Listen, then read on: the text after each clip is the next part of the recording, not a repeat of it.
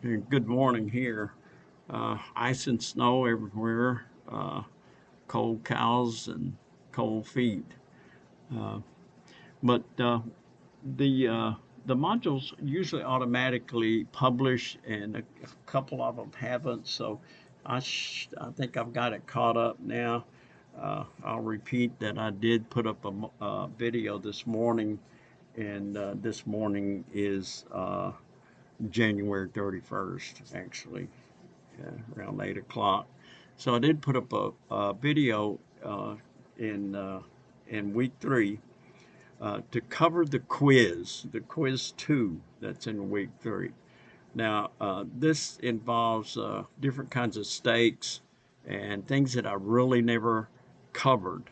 I'm not sure, I don't think we did this the last time I did uh, this course, and therefore the reading material or the instructional resources were not in your module, I don't believe.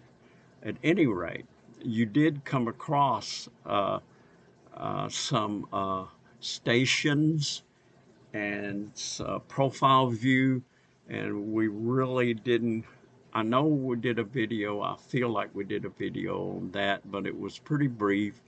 And as I recall, it, my explanations as I went back and looked at it were kind of a little bit all over the place, but no problem. We'll be back doing those kinds of things.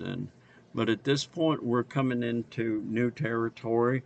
We've already learned how to do vertical. We've had a little class on vertical measurements, including hike ups, things of that nature. Uh, we've also as of week 3, looked at some uh, station numbers, which are generally linear measurements. And now we're going to combine those and get in. And also, we did the calculations for figuring ratio and the percent grade. And you recall the little circles that tell you where to put your variables in figuring, and just for a quick review, when you're calculating a slope ratio, you're going to have the ratio in, like, usually 2 to 1, 1.5, 1 3 to 1, and the left number will be the horizontal measurement, and the right number will be the vertical measurement. For instance, 2 to 1 is 2 feet horizontal and down or up 1 foot. So this is where we start to apply those things. We're stepping up now, and we'll continue to do so. It's been kind of a easy run so far, but now we get into the application stage, and just before uh, we start preparing for the in-person. And speaking of that, we need to come up with a date. So I'm looking at week 7, 8, somewhere in there, which you guys may think about. Can you get, if you're an Oklahoma City person or a Georgia affiliated person, that's where you will do your in person. And if you don't know which campus you're hooked up with, let me know and I'll find out for you. So, having said that, here we go. Uh, I'm making a video right now as we speak, as I speak, that's going to be put up in week 4.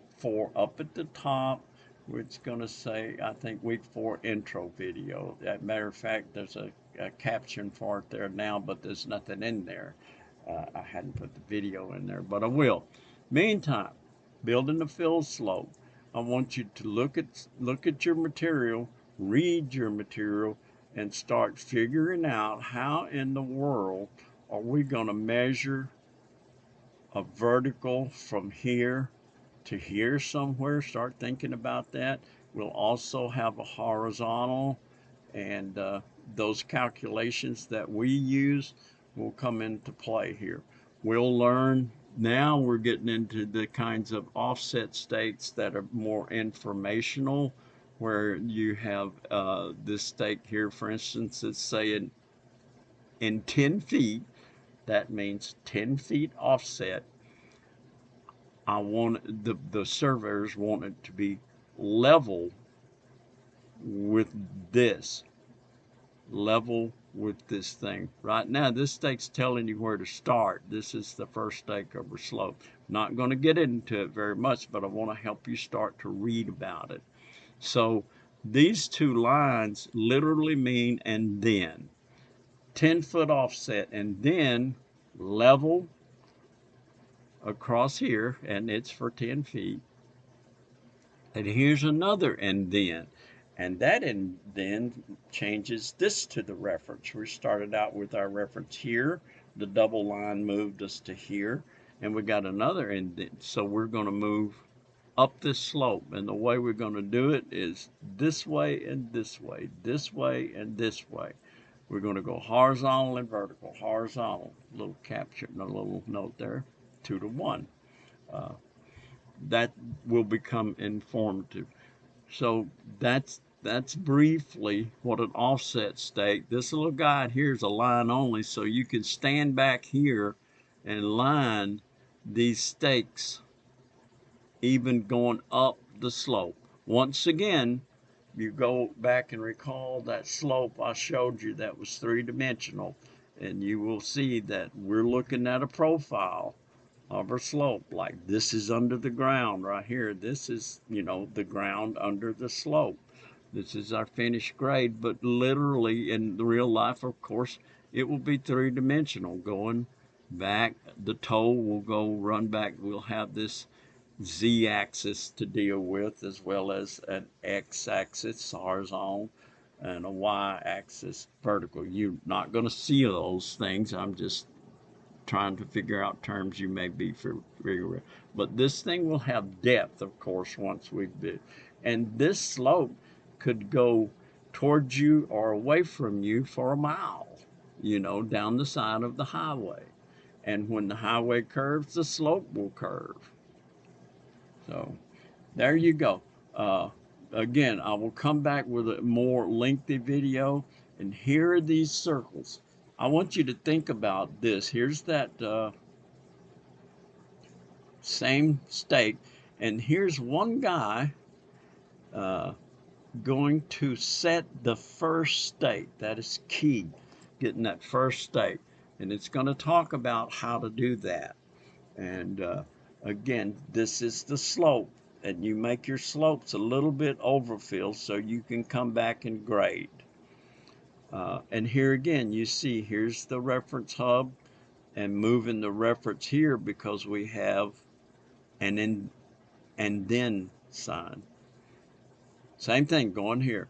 Struggle with that. And you can see he's using a hike up, isn't he? Right here, because he can't get squat down low enough to shoot the grades here. So he's measured up a foot. From 4 foot up, and we want a 4-foot vertical. That'll become apparent as you go along. So his mark is going to be a 1-foot hike up, or boot as it should be called, above the grade. So if you want the grade, you go over here. Remember, that's 5 foot, measure down a foot, and your grade's down there. But as you can see up here, your grade mark down here might be covered up. This 1-foot boot tells you it's a foot down, fellow. So go find it. And this is all about reading. You read this the best you can. Think about it. Try to figure it out. This little guy here is going to be like, what? Where did these numbers come from? Well, we want all our verticals to be 4 foot. And there's a practical reason for that, because if I'm standing down here and our vertical is 6 foot, I'm not going to be able to take a shot at that stake. So they're going to be 4 foot. Well, look up here and you can see This is cut 2/10. That's where he's setting that. It's no longer level. From here to here is down 2/10. But look at this. The whole slope is fill 14.8. Now, if you go up here, your vertical is 14.8. How do you find your vertical? Here's where your vertical dimension. That goes there. Not in this one, but your vertical would go here, 14.8. Your slope dimension would go here, and you'd multiply your slope. If it's 2 to 1 times 14.8, your horizontal would be out here. And horizontally and up 14.8 will be where the top of your slope is. No, I'm going fast. I'm just hoping you'll grab this because I'm coming back. We're going to go through this inch by inch. This is critical stuff here. So go back to the reference stake or the information stake or the survey stake. This is set by the surveyor. These are all set by us.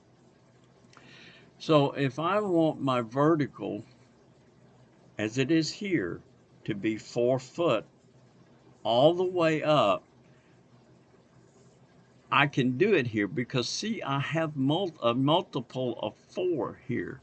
So this can be 4, and then the next one can be horizontally 8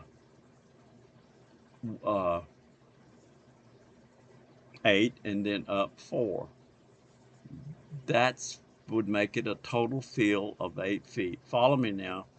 The first stake is 4 foot higher.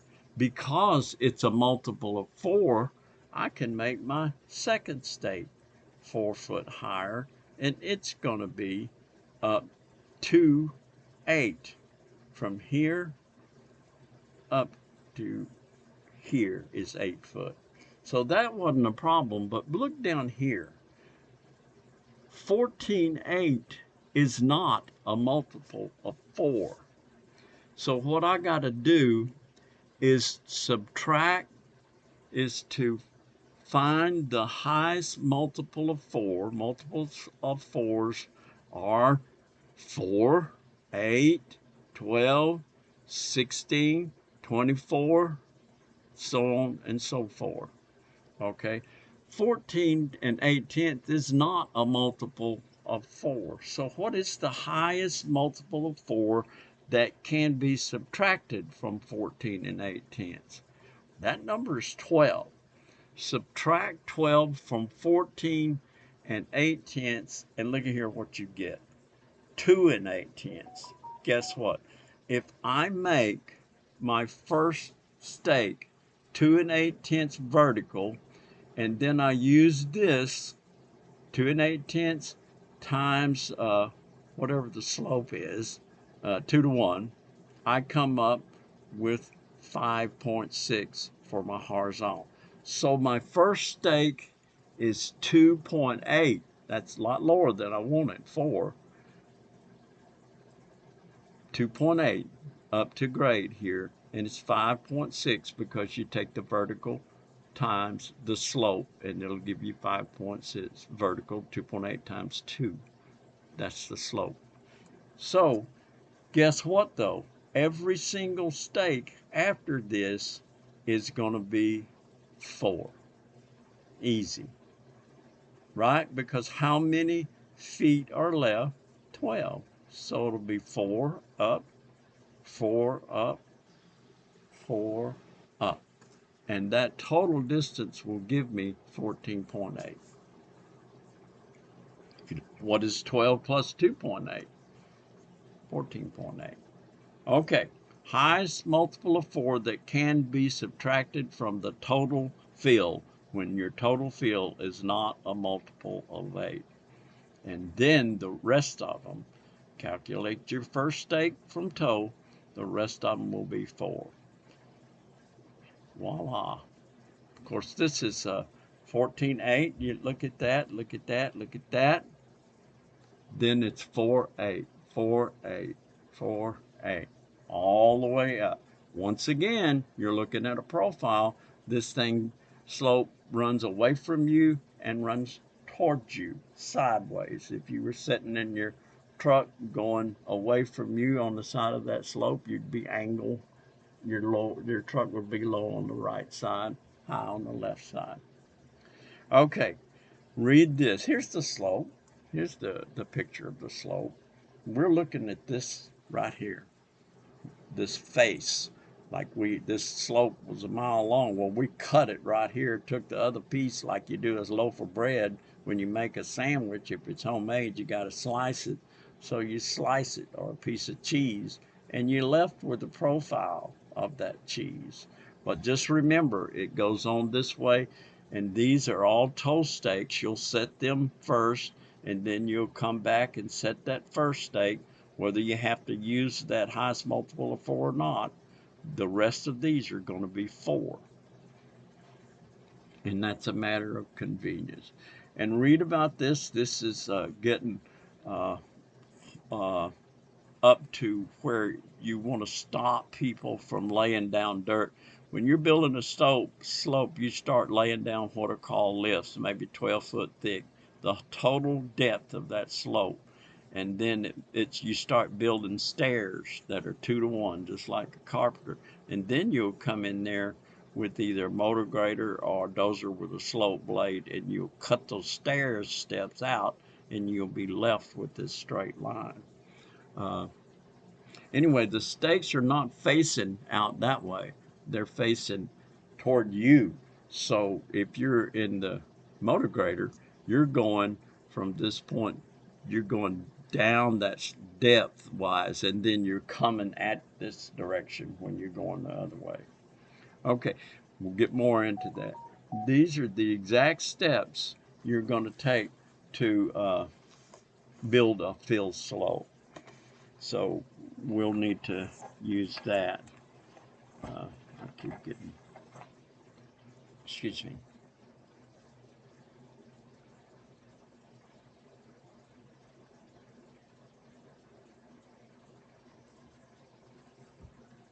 Okay, so this also tells you the exact process for building a fill slope to the T.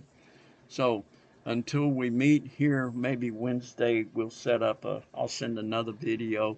Questions, fire them away. I'm around my phone all the time. And if I'm not at my computer, I may not be able to help you then until I get back to my computer. But I figure I can help you with a lot of it. Read, think about it. Don't get paranoid because you can't figure it out. We're going to go it step by step. Probably do that tomorrow. I'll put a video up. That's quite a bit more detail. Until then, uh, have a good week. Have a good day. Adios.